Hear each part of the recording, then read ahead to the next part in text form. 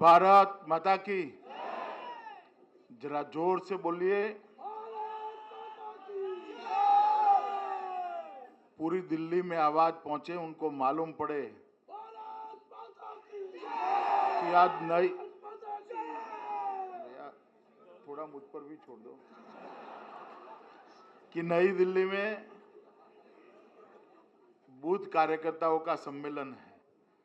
सब लोग ठंड उठ जाए इस तरह से जोर से बोलेंगे, भारत माता की, भारत माता की। मंच पर उपस्थित श्रीमान सतीश उपाध्याय जी, हमारे राष्ट्रीय संगठन मंत्री श्रीमान रामलाल जी, अभी अभी जिन्होंने पार्टी ज्वाइन की है, पार्टी तो हमारी ज्वाइन की है, मगर आप पार्टी में खलबली मच गई है, ऐसी श्रीमती किरण बेदी जी, हमारे राष्ट्रीय सचिव सरदार आरपी सिंह जी, डॉक्टर अनिल जैन जी, हमारे संगठन मंत्री श्रीमान विजय शर्मा जी, दोनों जिले के अध्यक्ष श्री राजन तिवारी और भाई सुरेश, और आज पूरे लोकसभा क्षेत्र से आए हुए कार्यकर्ता बंधु भगिनी, और हमारी सांसद भी यहां बैठी है मीनाक्षी लेखी जी। वैसे मैं आपको सच बताऊं कि ये सम्मेलन रखने का मेरा पर्पस तो ये था कि काम जरा जल्दी हो जाए, और आपने कर दिया है। भाषण करने का नहीं था कि भाई सम्मेलन की तिथि तय करेंगे तो तब तक बूथ इंचार्ज और पन्ना प्रमुख तय करने का काम हमारा समाप्त हो जाएगा। और मुझे आनंद है कि कल भी लगभग 92% बूथ के पन्ना प्रमुख तय हुए थे, और आज भी 85% से ज्यादा बूथ में पन्ना प्रमुख तय किए हैं। मैंने थोड़े रैंडम फॉर्म देखे हैं। आपने पन्ना प्रमुख और पेज नंबर तो डाला है, मोबाइल नंबर भी डाला है, मगर इसके पीछे 2 और कॉलम थे, वो 2 नहीं डाले। एक था की वोटर्स का कॉलम, और दूसरा भी एक कॉलम है, वो दोनों कॉलम आपने खाली रखे। तो मेरा आप सबसे आग्रह है कि इस इलेक्शन के माध्यम से हम एक परमानेंट डेटाबेस दिल्ली विधानसभा का बनाना चाहते हैं। तो अब जब आपने इतना सारा परिश्रम किया ही है तो इतना क्यों छोड़ दिया भाई? करना चाहिए या नहीं करना चाहिए?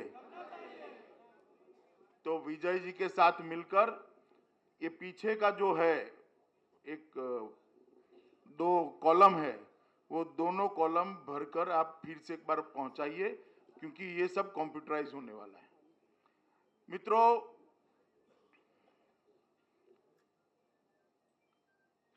यीशु का ये 2014 का साल समाप्त होकर हम 2015 के साल में प्रवेश करें। 2014 का साल भारतीय जनसंघ और बाद में भारतीय जनता पार्टी, इसके इतिहास में स्वर्णिम अक्षर से लिखा जाने वाला साल है। भारतीय जनता पार्टी के लिए ये 2014 का साल ये विजय वर्ष, क्योंकि जनसंघ की जब से हमने स्थापना की तब से ये 2014 तक 3 पीढ़ी, राजनीतिक पीढ़ी निकल गई। हजारों लाखों कार्यकर्ताओं का एक ही स्वप्न था कि भारतीय जनता पार्टी का कार्यकर्ता, हमारी विचारधारा को समर्पित कार्यकर्ता, इस देश का प्रधानमंत्री पूर्ण बहुमत के साथ बने, और वो 2014 में हुआ। पहले अटल जी प्रधानमंत्री बने थे, मगर पूर्ण बहुमत नहीं मिला था। अन्य दलों के समर्थन से हमारी सरकार चल रही थी। ये 2014 का साल ऐसा है जिसमें हमारा एक कार्यकर्ता नाम श्री नरेंद्र मोदी इस देश का प्रधानमंत्री पूर्ण बहुमत के साथ बना है और देश को अच्छी तरह से एक दिशा निर्देश कर रहा है।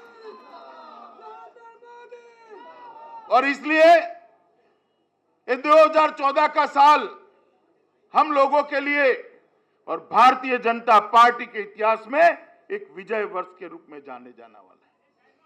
और इसके बाद भी मोदी जी की शपथ के बाद 4 चुनाव आए, महाराष्ट्र का आया, हरियाणा का आया। ये दोनों राज्य ऐसे थे जहां कभी भी आजादी के बाद भारतीय जनता पार्टी का मुख्यमंत्री नहीं बैठा था। आज दोनों जगह पर भारतीय जनता पार्टी का मुख्यमंत्री बैठा। उसके बाद में झारखंड और जम्मू कश्मीर के चुनाव आए। झारखंड के अंदर भी पहली बार 2000 से झारखंड की रचना हुई, 2000 से लेकर 2014 तक पहली बार पूर्ण बहुमत की किसी पार्टी की सरकार बनी है। और वो मुझे कहते हुए आनंद है, भारतीय जनता पार्टी की सरकार बनी। और सबसे कड़ा मकाम हम लोगों के लिए था तो जम्मू कश्मीर था, क्योंकि जम्मू कश्मीर में कभी भी हम 12 का आंकड़ा पार नहीं कर पाए थे। और आज जम्मू कश्मीर राज्य की स्थापना से अब तक सबसे ज्यादा 25 सीट लेकर भारतीय जनता पार्टी विजयी होकर बाहर आई। जम्मू कश्मीर में एक विशिष्ट राजनीतिक परिस्थिति के कारण हमारी सरकार तो नहीं बनी, मगर परिणाम ऐसे आए हैं कि हमारे बगैर भी सरकार नहीं बन सकती। वो बहुत बड़ी विजय भारतीय जनता पार्टी के कार्यकर्ता के लिए। और उसके बाद अब ये दिल्ली का चुनाव आया है। क्या करेंगे आप दिल्ली में? पक्का? मित्रों,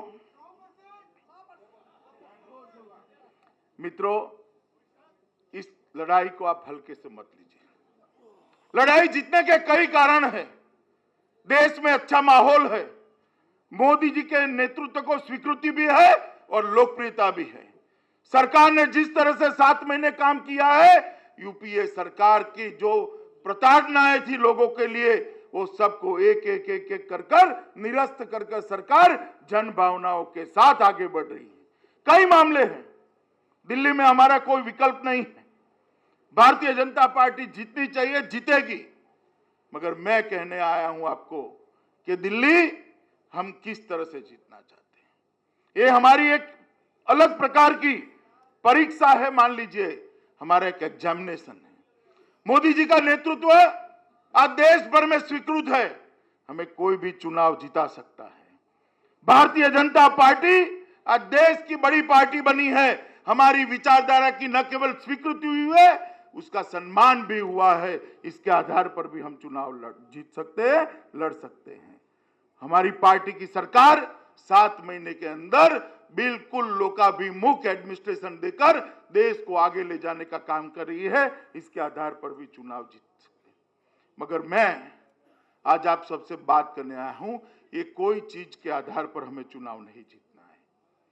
भारतीय जनता पार्टी इस दिल्ली का चुनाव भारतीय जनता पार्टी के बूथ प्रमुख और पन्ना प्रमुख के आधार पर चुनाव जीतना चाहती है।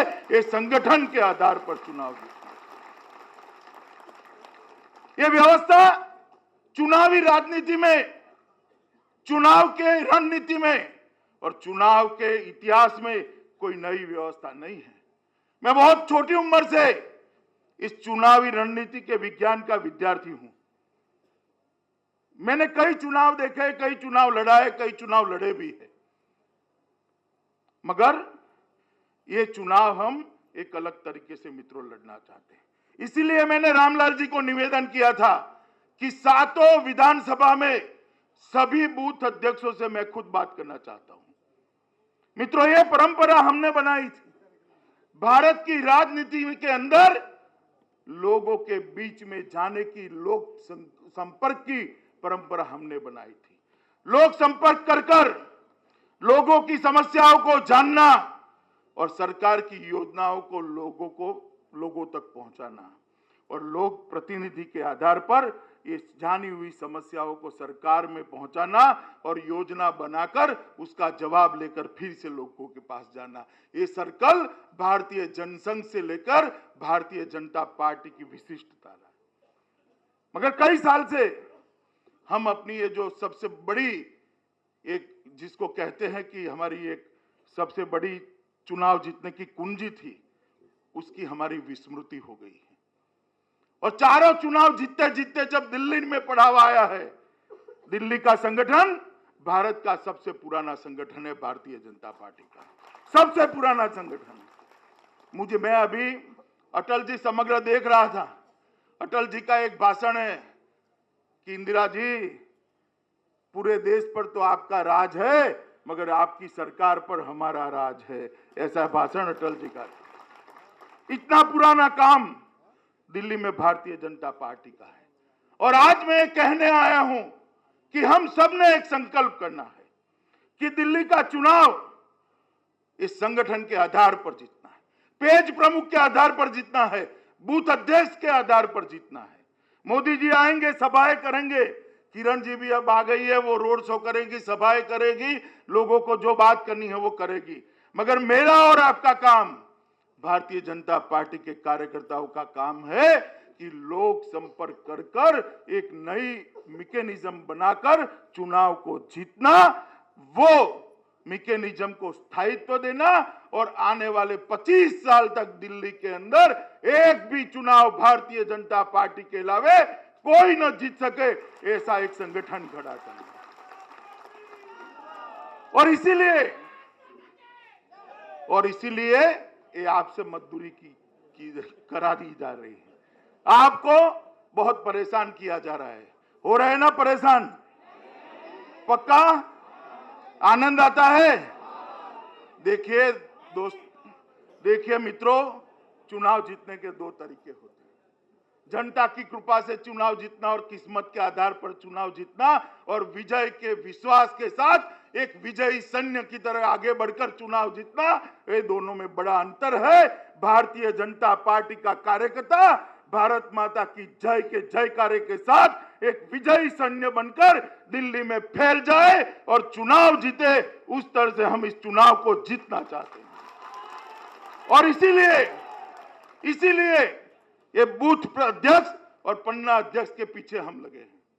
सारे बूथ अध्यक्ष बना दिए हैं, उसके नाम और टेलीफोन नंबर भी हमारे पास आ गए हैं, और बाद में मतदाता सूची के पन्ने के अध्यक्ष भी बना दिए हैं। अब चुनाव तक हमें कुछ नहीं करना है।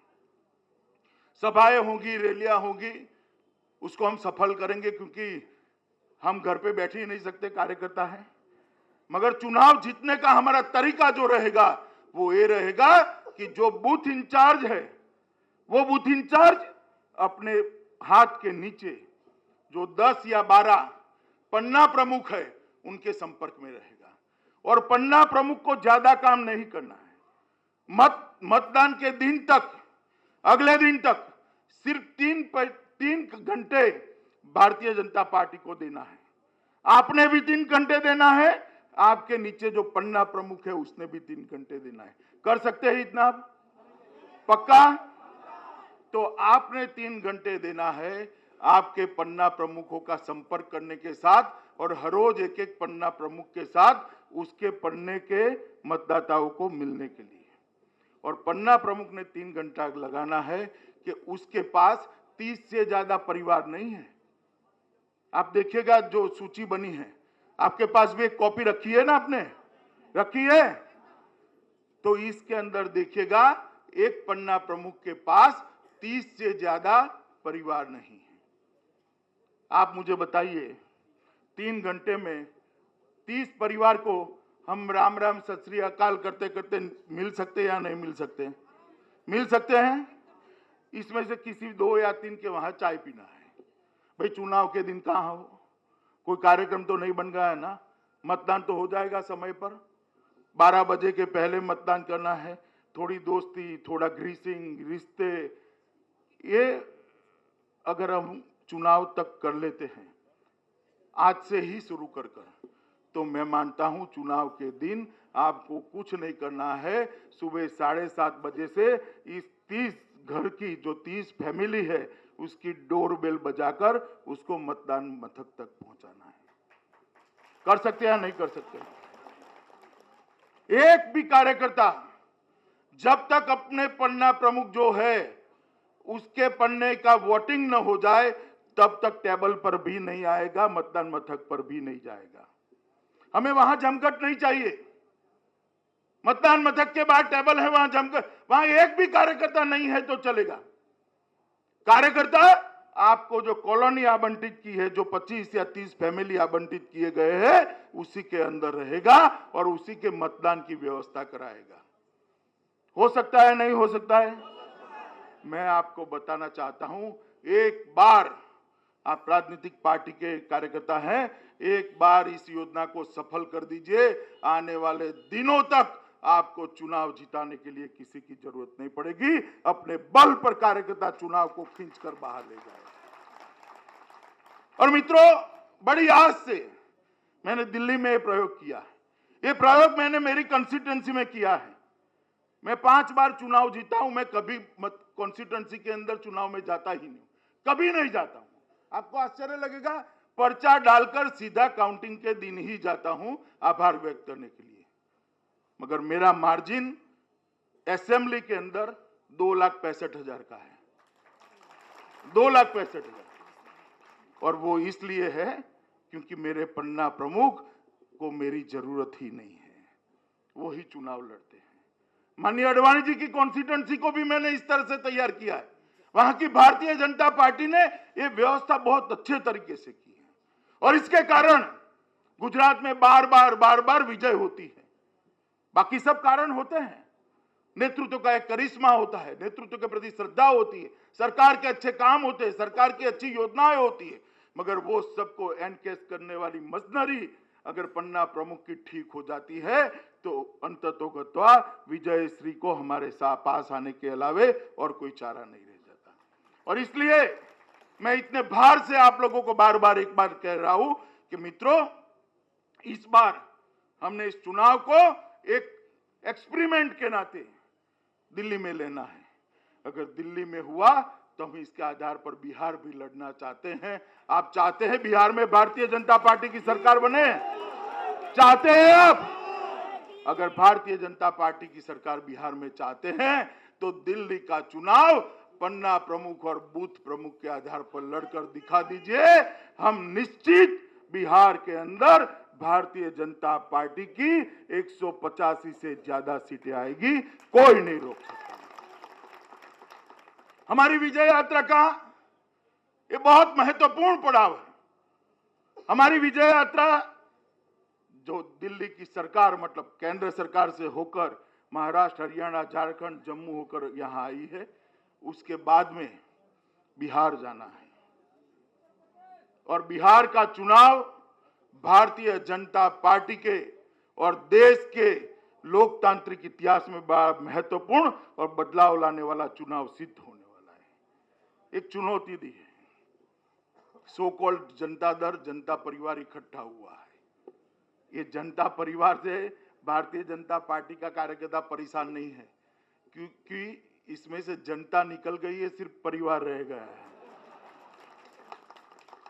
मगर एक हवा खड़ा किया है और मैं मानता हूं कि मोदी जी के विकास का एजेंडा अगर सबसे ज्यादा कहीं पर अप्लाई होता है, सबसे ज्यादा मतदाताओं को आकर्षित करता है और सबसे ज्यादा अगर किसी राज्य में जरूर है तो वो बिहार और उत्तर प्रदेश के राज्य है। वहां पर भारतीय जनता पार्टी ने एक लोगों को अच्छा शासन देने वाली, एक कल्याण राज्य देने वाली, एक वेलफेयर स्टेट देने वाली सरकार बनाने का काम करना है।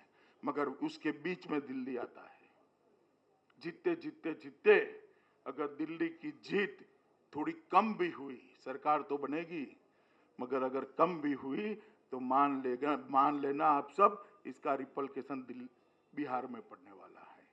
मगर मुझे भरोसा है भारतीय जनता पार्टी की सेना जो मेरे सामने बैठी है उस पर, दिल्ली के अंदर भारतीय जनता पार्टी, मैं पहली बार बोल रहा हूं, आप देख लेना, जिस दिन मतपेटी खुले, काउंटिंग हो, देख लेना दिल्ली के अंदर 2/3 बहुमत से भारतीय जनता पार्टी की सरकार बनने जा रही है। क्योंकि मित्रों, झूठ के पैर नहीं होते। जो लोग झूठ के आधार पर राजनीति करते हैं, वो सिद्धांत के आधार पर चलने वाली पार्टी का मुकाबला नहीं कर सकते। भारतीय जनता पार्टी, भारतीय जनसंघ 50 साल से एक विचारधारा और एक सिद्धांत के आधार पर नहीं। हमने दीनदयाल जी थे तब कहा था, हर के खेत को पानी, हर हाथ को काम। ये नीति लेकर हम चले थे, और जब भारतीय जनता पार्टी बनी है, दीनदयाल जी से मोदी जी का सफर समाप्त होने के बाद भी आज हम रोजगारी और कृषि और उद्योग के आधार पर आगे बढ़ना चाहते हैं। हमारा एजेंडा शुरू से वही था। मीडिया ने हमें कहीं भटकाया। मित्रों, इस सरकार ने 7 महीने के अंदर इतने काम किए हैं कि वो काम का रिपीटेशन तो मैं यहां करना नहीं चाहता, मगर एक बात दिल्ली की जनता के पास जब आप जाइए तब जरूर कहिएगा कि 10 साल के यूपीए के शासन में, यूपीए की जब शासन आया तब सोनिया जी और मनमोहन जी ने उनका एजेंडा लोगों के सामने रखा था। मुझे ठीक से वो दृश्य याद है, और उन्होंने कहा था 100 दिन के अंदर हम महंगाई को समाप्त कर देंगे। और 100 दिन तो गए, 10 साल गए, महंगाई समाप्त नहीं हुई। भारतीय जनता पार्टी ने कहा था हम महंगाई को समाप्त करने का प्रयास करेंगे। हमने कोई दिनों की समय मर्यादा नहीं डाली थी। फिर भी आज 7 महीने के अंदर 11 बार पेट्रोल और डीजल के दाम कम करने का काम भारतीय जनता पार्टी की सरकार ने किया।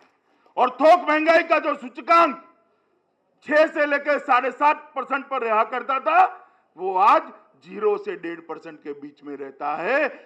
देश के हर परिवार, चाहे वो किसी भी इनकम ग्रुप का होगा, उसको 1500 से 4500 रुपए का उसका बजट कम करने का काम ये भारतीय जनता पार्टी की नरेंद्र मोदी सरकार ने किया है। जन धन योजना के तहत देश के 60% से ज्यादा गरीब लोग, जिनके परिवार के अंदर एक भी बैंक अकाउंट नहीं था, इनकी कोई सूद नहीं लेता था। गरीबों के नाम पर 3-3 बार सरकार बनाने वाली कांग्रेस आजादी के 67 साल के बाद भी उनको एक बैंक अकाउंट नहीं दे पाई थी। वो कांग्रेस को हमने करारा जवाब दिया है। 7 महीने के अंदर 10 करोड़ परिवारों को बैंक अकाउंट और बीमे का फायदा देकर उनको अर्थतंत्र के दायरे के अंदर लाने का काम ये नरेंद्र मोदी सरकार ने किया है। मित्रों, बेरोजगारी से बड़ी समस्या इस देश में नहीं है। हमने कहा था हम बेरोजगारी को एड्रेस करेंगे। मोदी जी ने 15 अगस्त को लाल किले की प्राचीर से मेक इन इंडिया का नारा दिया, और सितंबर के अंदर ही मेक इन इंडिया की योजना बनकर उस पर काम शुरू होगा। मेक इन इंडिया अगर सफल होता है, सफल होने की दिशा में है, मुझे विश्वास है सफल ही होने वाला है, तो हजारों करोड़ों युवाओं को रोजगारी मिलने वाली है। ये बेकारों की फौज बनाने वाली कांग्रेस कभी स्किल डेवलपमेंट पे ध्यान नहीं दिया था। हमने स्किल डेवलपमेंट का एक नया डिपार्टमेंट खोला है, एक फुल टाइम मंत्री, एक फुल टाइम सचिव भारत सरकार में दिया है, और स्किल डेवलपमेंट और मेक इन इंडिया के आधार पर हम इस देश की बेकारी को एड्रेस करना चाहते हैं। मित्रों, कई सारे काम हैं, कई सारे काम, जिसको मैं गिनाने जाऊं तो 7 दिन की भागवत सप्ताह बिठाऊं तो भी टाइम समाप्त हो जाएगा।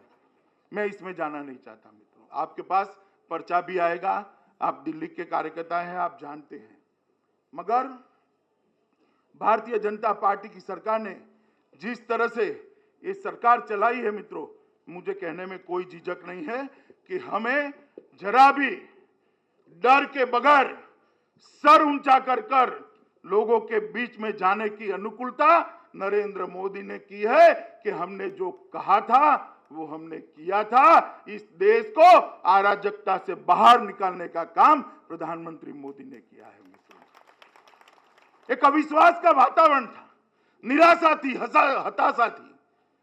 लोग इस तरह से सोचते थे कि इस देश का क्या होगा। युवा ऐसे सोचता था कि मेरा क्या होगा। परिवार गरीब सोचता था कि मेरे दिन कैसे कटेंगे। ये सभी चीजों को दूर कर कर एक हकारात्मक वातावरण तैयार हुआ है और मोदी जी ने सबके दिल में श्रद्धा और आशा का संचार किया है और काम के आधार पर किया है। काले धन का सवाल हो, उस पर भी हमने एसआईटी बनाई है और बाकी का काम भी उस पर शुरू किया है। आदर्श ग्राम हो, किसानों को WTO के माध्यम से जो प्रताड़ना होती थी सपोर्ट प्राइस पर, इसके खिलाफ भी हम लड़ाई लड़े हैं। विदेश नीति में भी काफी बड़ा परिवर्तन आया। आप सब टीवी देखने वाले लोग हैं, मगर मैं इन सब में पढ़ना नहीं चाहता। ये सरकार का काम है, उसकी बुकलेट आपको मिलेगी और मैं इतना दावे के साथ कह सकता हूं कि आजादी के बाद आई हुई कोई भी सरकार जिसने 5 साल में नहीं किया होगा इतना, ये भारतीय जनता पार्टी की मोदी सरकार ने 7 महीने में काम किया है। मित्रों, हम गौरव के साथ जाते हैं, हम गौरव के साथ और सामना किससे है? कांग्रेस कहीं दिखाई नहीं पड़ती है और एक और आप पार्टी है। आप पार्टी, काफी लोग सामने हंस रहे हैं आप पार्टी बोलते हैं। अरे भैया, फिर भी लड़ाई में सामने है, उनको समझना पड़ेगा। देखिए, जो इन लोगों में हर रोज एक झूठ बोलने की क्षमता हो, उनका भी एक असर होता है या नहीं होता है? उनको एक्सपोज करने का काम भारतीय जनता पार्टी के कार्यकर्ता ने करना है। मैं आप लोगों को याद कराना चाहता हूं, अरविंद केजरीवाल जी जब मुख्यमंत्री बने तब उनकी पूरी एमएलए की फौज शपथ लेने के लिए मेट्रो से गई थी। याद है आपको? याद है या नहीं है? अब कभी मेट्रो में देखा है अरविंद को? अरविंद जी को मेट्रो में देखा है आपने? ये बात लोगों को कहनी चाहिए या नहीं कहनी चाहिए? इन्होंने कहा था मैं ना भारतीय जनता पार्टी का सपोर्ट लूंगा ना कांग्रेस का सपोर्ट लूंगा। कहा था, हमने तो दिया नहीं सपोर्ट, मगर कांग्रेस ने दिया, वो लेकर सीधे कुर्सी को चिपक गए। बैठ गए था, नहीं बैठ गए थे? लोगों को कहना चाहिए या नहीं कहना चाहिए? जब वो चुनाव लड़ने के लिए निकले तो एक नीले रंग की एक वैगनर थी, याद है? आज कौन सी गाड़ी है भैया? है? परिवर्तन दिखाई पड़ता है नहीं दिखाई पड़ता है? दिखाई पड़ता है। राजनीति के अंदर सुचिता की बात करने वाले अरविंद केजरीवाल दुबई के अंदर फंड कलेक्शन के लिए जाते हैं। दुबई के अंदर चलो भाई, दुबई तो छोड़ दो, एग्जीक्यूटिव क्लास में घूमना शुरू कर दिया है। आम आदमी एग्जीक्यूटिव क्लास के अंदर दुबई में पैसा इकट्ठे करने जाता है। मोदी जी के राज में आम आदमी की भी काफी प्रगति हो गई है। हुई या नहीं हुई है? मित्रों, इन्होंने कहा था कि व्यापारियों पर एक भी रेड नहीं हुई। इससे बड़ा कोई झूठ नहीं हो सकता। 151 रेड, दिन की 3 रेड उनके समय में दिल्ली के व्यापारियों पर पड़ी है, जो सर्वाधिक है। इससे बड़ा कोई झूठ नहीं हो सकता। इन्होंने कहा था कि मेरे समय के अंदर 5665 करोड़ रुपए का टैक्स एक भी रेड नहीं डाली और कलेक्ट हुआ है। सुना है ना आपने? रेट तो 151 डाली, मगर 5665 करोड़ का टैक्स उनके समय में कलेक्ट नहीं हुआ। उनके समय में सिर्फ 2033 करोड़ रुपए का टैक्स इकट्ठा हुआ है और 3632 करोड़ का टैक्स उसके बाद के 150 दिन में इकट्ठा हुआ है। आप बताइए, इस बातों को लोगों को बताना चाहिए या नहीं बताना चाहिए? काशी गए थे प्रधानमंत्री बनने के लिए, मोदी जी के सामने लड़ाई लड़ने के लिए। वहां कुछ युवाओं ने उनको घेर लिया कि भाई आप काशी रहेंगे या दिल्ली रहेंगे, बताइए। तो उन्होंने कह दिया मैं कभी दिल्ली का मुख्यमंत्री अब बनना नहीं चाहता। अब क्या हो गया? फिर से चुनाव लड़ रहे हैं। ये सब बातें हमें लोगों को याद करानी पड़ेगी। मित्रों, वो कहते थे कि कॉमनवेल्थ गेम के अंदर शीला दीक्षित ने बहुत बड़ा करप्शन किया है। हम भी कहते हैं, और इतना बड़ा थोथा दिखाते थे। इतने बड़े कितने पेज थे भाई? सरदार आरपी को ठीक याद है, 340 पेज का एक पुस्तक दिखाते थे और कहते थे हम आते ही शीला दीक्षित को जेल में डाल देंगे। सुना है या नहीं सुना है आपने? सुना है ना? मगर कांग्रेस का समर्थन ले लिया, शीला जी पर एफआईआर कैसे करते? करी क्या? दिल्ली की जनता को कहिए, एक एक चीज का जवाब केजरीवाल से मांगे। ये देश की राजनीति झूठ के आधार पर नहीं चल सकती। ये देश की राजनीति जनता को बेवकूफ बनाकर नहीं चल सकती। इस देश में बहुत बड़ा परिवर्तन हुआ है। मोदी जी ने कॉन्क्रीट काम करके दिखाया है। लोगों की अपेक्षा है आपकी विचारधारा की बात करो, आपके विकास के एजेंडे की बात करो और उस पर चलो। ये बात हमने लोगों को जाकर बतानी पड़ेगी। और केजरीवाल जी को जब दिल्ली की जनता ये पूछेगी तब याद रखना, मुझे वो हर बार की तरह यहां से भी भाग जाएंगे, यहां से भी भाग जाएंगे।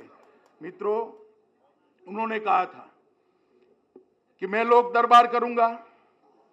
कहा था या नहीं कहा था? बताइए। कहा था ना? लोक दरबार कर कर सरकार की नीतियां मेरे सामने आने वाले लोग तय करेंगे। कहा था। एक लोक दरबार करा, भागकर छत पर चढ़ गए और बाद में दूसरा हुआ ही नहीं। आज मैं सिर्फ इतना पूछना चाहता हूं कि आपने मोहल्ला समितियों की बात करी थी, क्या हुआ है दिल्ली विधानसभा में? नई दिल्ली विधानसभा में कौन से लोगों को भरोसे में लिया गया?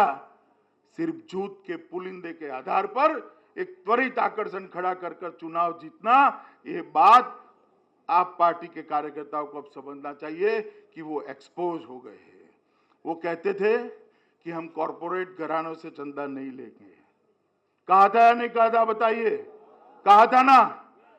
आज मैं नाम लेना नहीं चाहता क्योंकि मैं चुनाव की सूचिता में मानने वाला व्यक्ति हूं, मगर मैं आपको कहना चाहता हूं, उन्होंने कॉरपोरेट घरानों से चंदा लेना शुरू कर दिया है।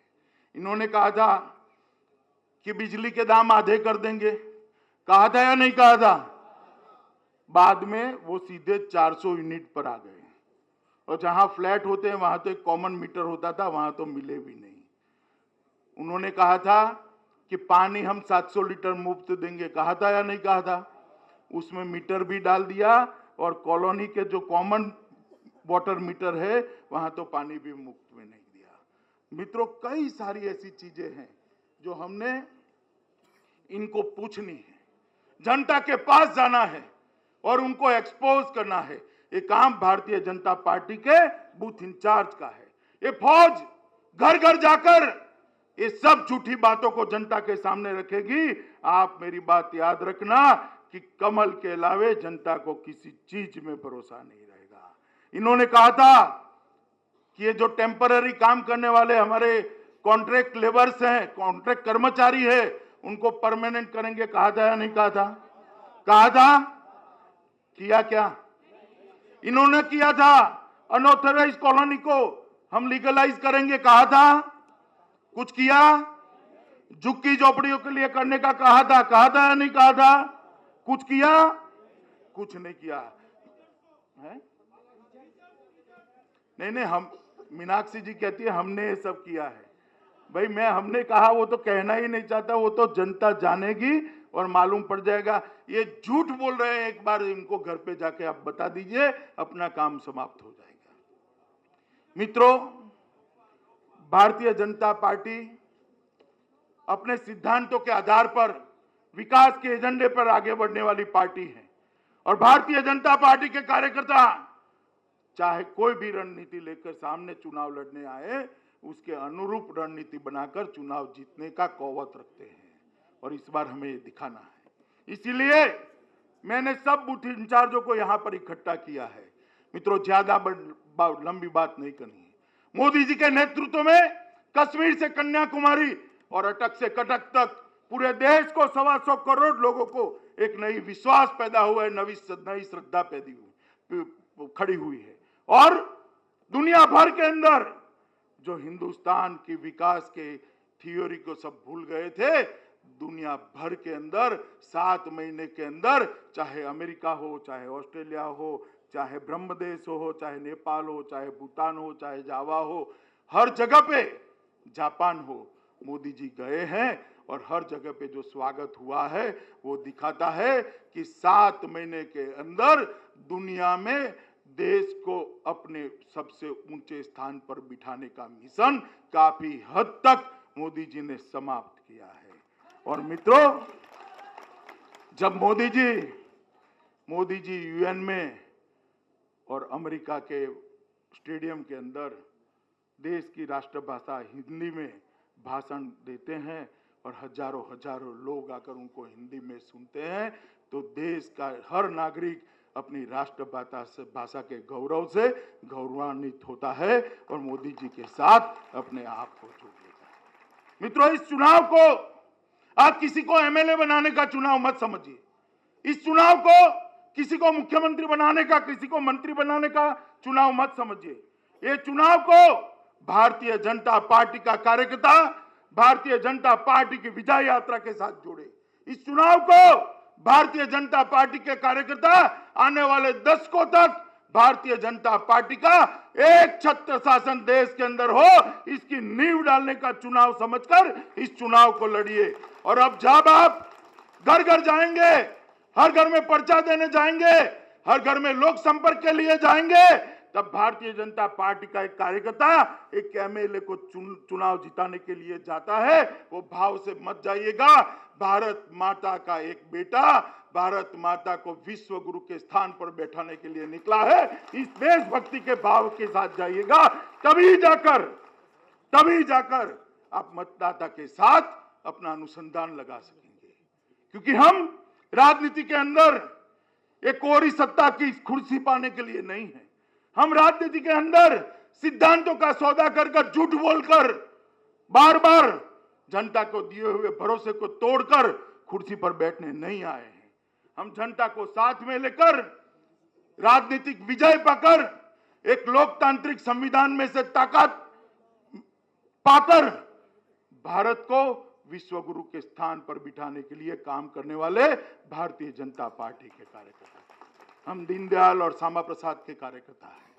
हम नरेंद्र मोदी के नेतृत्व में देश को दुनिया में सर्वोच्च स्थान पर बिठाने के निकले हुए कार्यकर्ता। इस गौरव के साथ आप इस विजय अभियान में जाइए।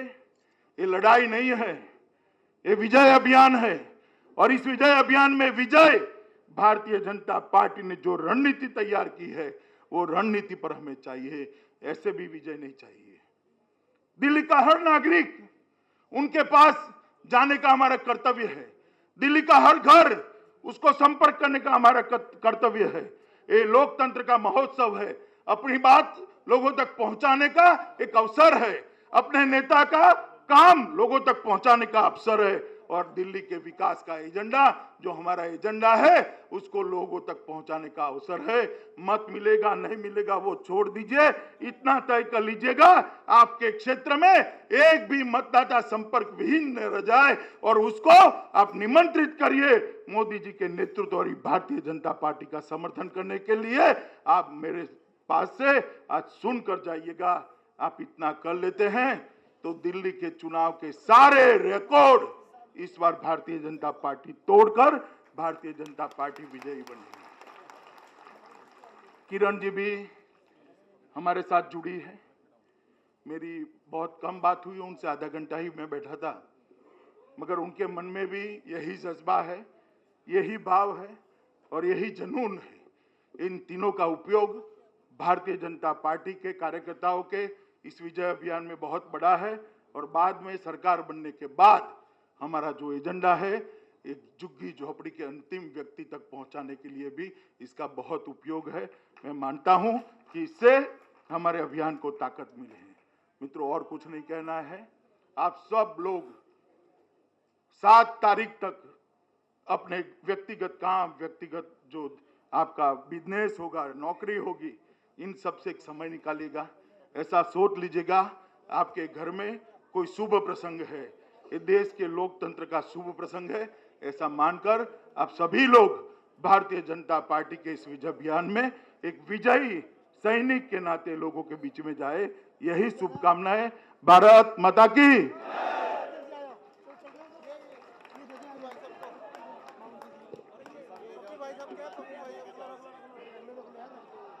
भारत माता की। सभी कार्यकर्ता जोर से नारा लगाएंगे, भारत माता की। एक मेरा बहुत महत्वपूर्ण, सुनिए, एक महत्वपूर्ण बात करना छूट गई। रामलाल जी ने मुझे पकड़ा कि सदस्यता की तो बात ही नहीं की। आप सबको पर्चा दिया है सदस्यता का, जरा हाथ खड़े करिए, किनके पास है? सबके पास है ना? है ना सबके पास? तो जब लोक संपर्क के लिए जाते हैं, हर परिवार से मिस कॉल कराकर उनको भारतीय जनता पार्टी का सदस्य बनाइए।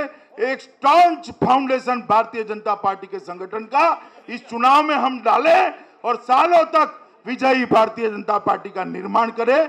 यही अभ्यर्थना। भारत माता की। भारत माता की। सभी कार्यकर्ता जोरदार नारा, भारत माता की। हाथ उठा के लगाएंगे, भारत माता की।